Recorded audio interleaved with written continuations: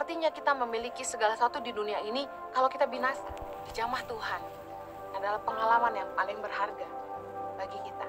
Karena kita beroleh Kristus yang menjadi juru selamat kita. 1 Petrus 2 ayat 16 bilang gini, hiduplah sebagai orang merdeka dan bukan seperti mereka yang menyalahgunakan kemerdekaan itu untuk menyelubungi kejahatan-kejahatan mereka.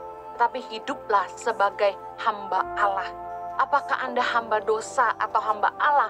Mari lihat dari cara hidupmu. Firman Tuhan berkata gini, hiduplah sebagai orang merdeka. Merdeka itu gini, Anda tadinya dipenjara oleh dosa, keinginan daging, hawa nafsu. Tapi Tuhan telah memerdekakan Anda oleh Roh Kudusnya. Jangan lagi balik, masuk lagi ke penjara dosa. Jangan lagi balik ke penjara hawa nafsu dalam hidup yang sia-sia. Harusnya kita belajar hidup sebagai orang merdeka, sebagai orang-orang yang sudah dibebaskan dari semuanya itu, dan hiduplah sebagai hamba Allah. Apakah Anda hamba Allah atau hamba dosa? Tergantung dari cara hidupmu hari ini. Kalau kita hamba Allah, yang kita turuti itu firman Allah. Kalau kita hamba dosa, yang kita turuti itu nafsu, keinginan daging, keinginan mata, keangkuhan hidup. Maka hari ini kita hidup dengan cara Allah atau dengan cara dunia. Mari kita lihat perbandingan antara prinsip dunia dan firman Allah. Cara-cara dunia, korupsi, saling menjatuhkan, saling mencuri, menipu, menindas, dan merampas itu halal katanya. Yang penting saya untung. Ada orang yang dagang, dia tahu bahwa produknya itu nggak safe. Orang-orang bisa keracunan, lama-lama dikonsumsi bisa menyebabkan penyakit. Ada katanya bisa bikin kanker, ada lipstik satu kali saya baca di artikel, lipstik dengan merek tertentu bisa menyebabkan kanker. Saya heran orang kenapa nggak sebelum mengeluarin produk, mereka selidiki dulu apakah ada efek negatif kepada masyarakat, apakah ada efek negatif buat orang banyak. Harusnya kita nggak cuma mikir untung buat kita aja, tapi apakah kita berdampak. Apakah produk kita nolong orang? Bisnis itu kan nggak cuma buat cari uang, tapi apakah bisnis kita itu nolong orang, menjawab kebutuhan orang banyak? Orang rela menindas hak orang lemah, merampas apa yang bukan haknya. Udah kaya tapi masih ngambil yang bukan bagiannya. Korupsi itu ngambil hak orang lemah, hak rakyat disalahgunakan. Ada orang-orang yang merasa sah aja mereka nipu orang demi keuntungan. Mari kita lihat apakah hidup kita sesuai dengan firman Allah atau dengan prinsip dunia. Jangan menjadi kaya, jangan berusaha jadi kaya dengan cara-cara dunia.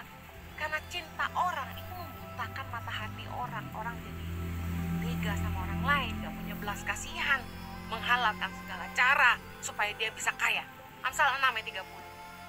Apakah seorang pencuri tidak akan dihina apabila ia mencuri untuk memuaskan nafsunya karena lapar? Kalau ada orang yang mencuri, lalu ditanya, kenapa kamu mencuri? Dia bilang, karena aku lapar. Apakah dia tidak akan dihukum? Dia tetap akan dihukum, dia tetap akan dihina. Seringkali kita ngambil karena kita merasa gak cukup. Jangan sampai kita merugikan orang lain karena kepentingan diri kita sendiri. Mika 7 ayat 3 bilang gini, tangan mereka sudah cekatan berbuat jahat, pemuka menuntut, hakim dapat disuap, pembesar memberi putusan sekehendaknya, dan hukum mereka putar balikan.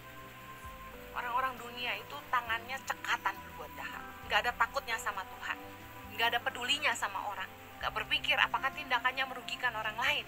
Bayangkan, pemuka menuntut, hakim dapat disuap, pembesar memberi putusan seenaknya, dan hukum bisa diputar balikan. Bukankah itu yang kejadian sekarang ini? Bukankah ini terjadi juga di negara Indonesia?